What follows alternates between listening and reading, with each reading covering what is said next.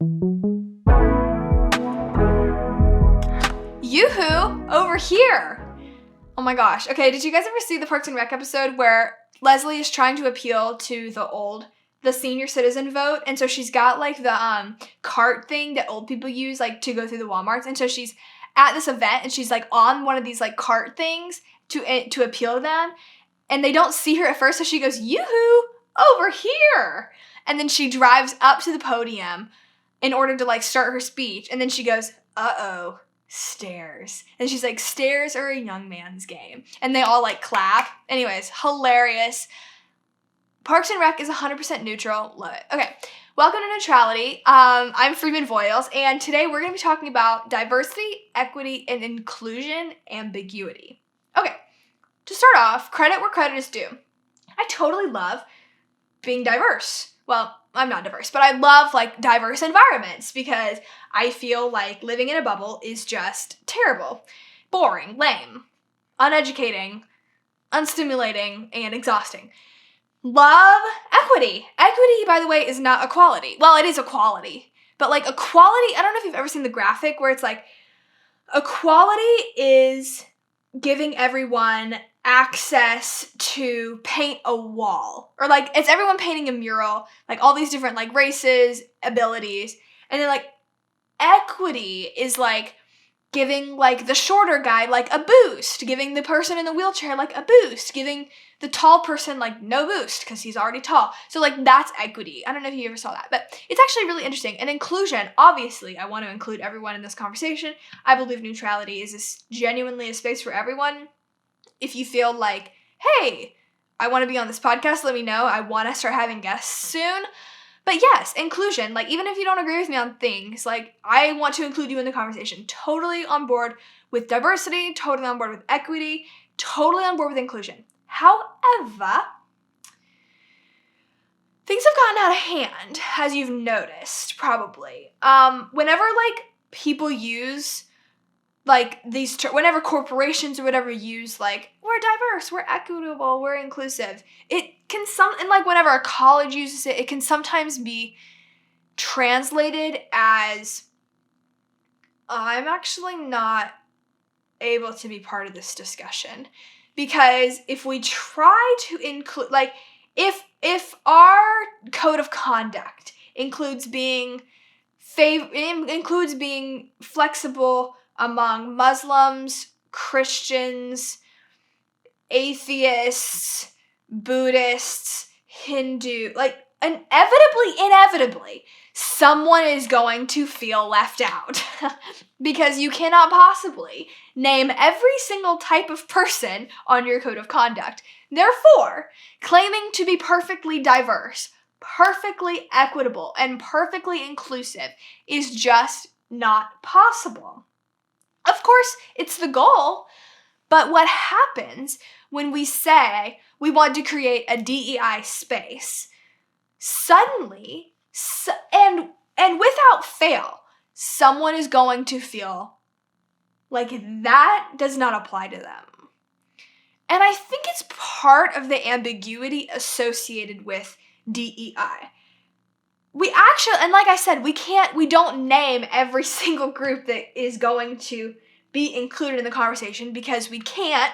So we just say all races, all ideologies, all perspectives, all genders in an effort to like cover the whole thing, but there's still an ambiguity associated with it. And studies have shown, like there was a Harvard, or maybe it was Yale. I never understand the difference between the two. Sorry if you are offended by that. But there was a study that showed that like having these DEI trainings in corporate environments increase sensitivity, but they also increase racism, like avert racism, because it creates this mentality that like we're not actually all on the same team. And we're inherently against each other, but like we don't want to be. And I've always just kind of thought, like, are we making it a thing by making it a thing, or was it already a thing? That's one for the promo. what I mean by that is, like, obviously racism exists. Obviously. I'm not, like, trying to be like, yeah, but, like, is racism a thing because we say it's a thing, or is it really a thing? It's a thing. It's a thing. But if we impose what we assume is going on in the corporate environment, when maybe it's not actually going on in the corporate environment, or maybe, like, you're done. Okay, like, when I think of a corporate environment, I think of, like, a Dunder Mifflin space where, like, Michael's trying to be, like, equitable and inclusive in the conversation, but, like, he actually ends up, like, totally putting a wedge between everyone. He makes Kelly, like, extremely uncomfortable. And obviously, like, not everyone is going to bomb the way that Michael Scott did. Hopefully they won't. But there is this really interesting thing that happens where he suddenly creates a wedge by saying that, like, you know, Stanley probably feels inferior to Pam because he's black. Stanley's low-key like, why would you say that? No, I don't. Like, I don't know. There's just this, like, there's this really weird thing happening.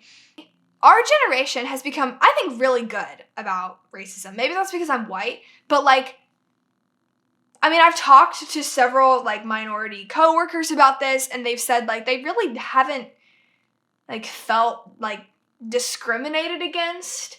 And I'm really glad to hear that. However, and here's my hot take, y'all. I think we have replaced race-based discrimination with ideology-based discrimination. And what I mean by that is we are segregating based on, well, we obviously still segregate based on race, but I feel like there's something happening where our generation is segregating based on ideologies more so than other generations segregated based on race. I also think there is a fear of the other based on ideologies instead of race or creed. What I mean by that, you're probably going to feel some level of threatened by someone on the other end of the political spectrum than someone who doesn't look like you. If you know for a fact that they're against you politically, that's automatically going to create a wedge for you. Instead of being like, that person doesn't look like me, that's automatically creating a wedge for me. Does that make sense? I don't know if I don't even know if this is true. This is just, like, my guess. So I think we're trying to cure, like, using DEI trainings, I think we're trying to cure this, like this false diagnosis of racism. And I don't mean that we're not racist. We're still racist. Racism is still totally prevalent, especially systematic racism, which is a whole other topic I want to talk about. But we really need to be talking about ideological discrimination and what's going on in schools with ideological discrimination. Guys, I'm going to post a blog about this, and I'm going to share my experiences with ideological discrimination in school and in the workplace. It's, like, real. I mean, I list, like, several instances of when I have felt discriminated against because I'm in the minority ideologically. That's not a good feeling. And I could imagine that, you know, I felt this way when I didn't, to be honest with you, I felt more seen as the only woman in any of my film classes than what seemed to be the only conservative in any of my lecture classes.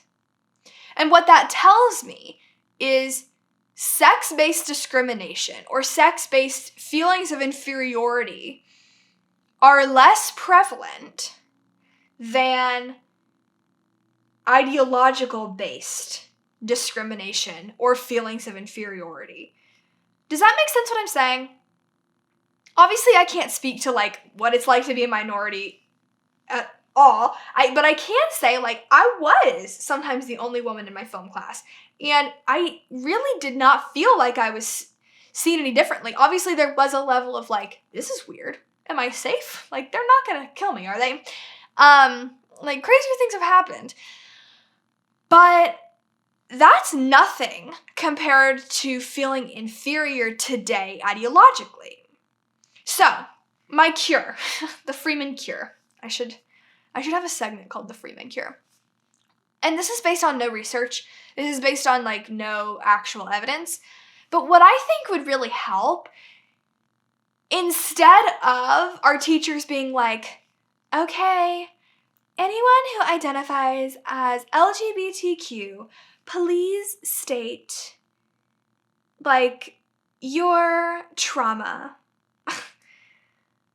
It, like, in an effort to elevate this group, which I totally believe they should be elevated, and I'm very sad to hear that many of them have had traumatic experiences. I don't think that's nearly as effective as saying, okay, folks that have, like, a more progressive view of the gender spectrum, I would love to hear your thoughts. Okay, someone with a conservative point of view, like, please share that. Like, I want to hear that. And now somebody with a moderate point of view, or hey, whoever voted for Trump, like, I would love to hear why. Whoever voted for Biden, I would love to hear why. If you didn't vote, I'd love to hear why. If you have another experience voting, I'd love to hear why. If you wrote in someone, I'd love to hear why. Like, I really think if we could kind of reframe the way we're looking at discrimination today, I think we would be really set up for success. Because again, I don't think our generation is as likely, maybe as other generations, to discriminate based on race, based on sex, even sexuality in the LGBTQ kind of sense. I think we're far more likely to discriminate based on ideologies, based on, oh, you did not vote for my candidate. Like, I automatically am critical of you, and I'm suspicious of you.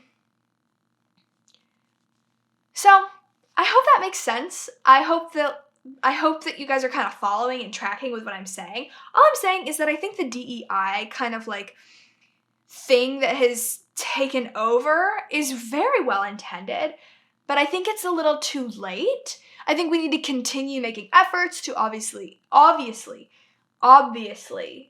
create equitable environments where everyone feels valued. And to be honest with you, when I hear d.e.i., I hear I'm not wanted. And it's because of this ambiguity of, like, who actually is allowed here.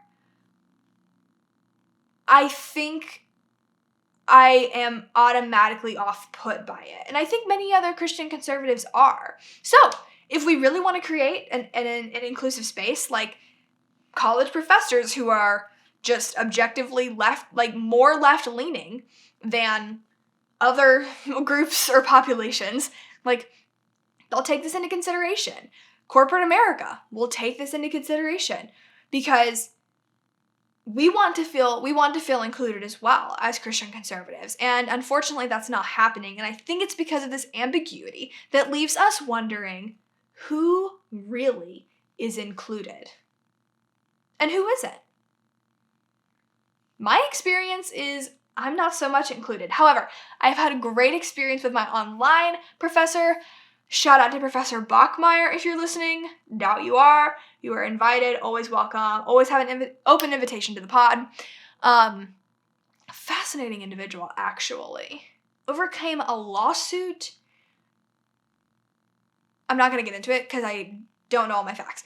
But I think it was a really, really, really interesting lawsuit that he was accused of something and he was, like, 100% innocent. Anyways, really interesting guy. My point being, like, I had a great experience with him, and not all experiences are going to be like this, but it just leaves us wondering, like, who's included?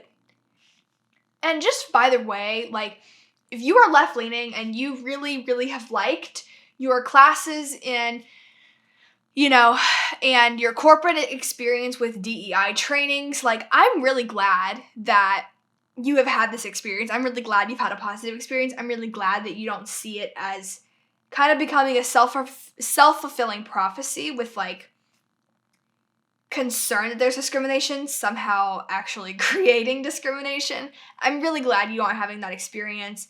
And I hope that you will appreciate the genuine criticism I have for, you know, these systems that are in place. And I hope that you will work with me and other conservatives and other Christians on really genuinely creating a space that is equitable, because that's really what we all want. And if a group isn't feeling equitable, if a group isn't feeling included, the neutral response is to do something about it. And here at Neutrality, there is no shame in admitting you're wrong. There's no shame in admitting, I don't know what I'm talking about. I'm just like talking to a camera.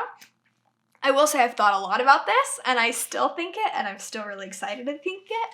But there's no shame in being like, yeah, I really hate that conservatives are having this experience. And that's not what we're about here on the left.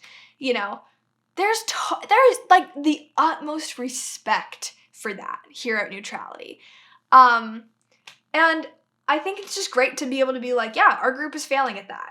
There is not enough vulnerability and honesty right now in our world, and our generation needs to change that.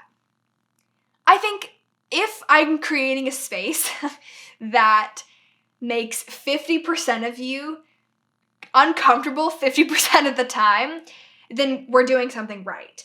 I think that's actually accomplishing neutrality, right? Like, it'll even out. You know, I'm going to be talking a lot about the ways that the right is failing. And to be honest with you, when I consider myself, when I say I'm Christian conservative on many things. I'm Christian about anything, but I'm conservative on many things, but I'm also very liberal on many things. So don't like write me off, because that's like why I made this podcast, is because I think I do have like a unique amount of like, yes, be nude, like at a nude beach.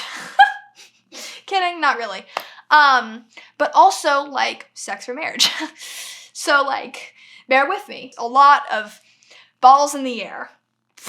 Okay, so thanks for listening. I hope some of that made sense, and it's a good thing that Andy's not back here with me while I record right now, because he would be laughing and I would be laughing too. So have a good night and stay neutral, y'all. Bye.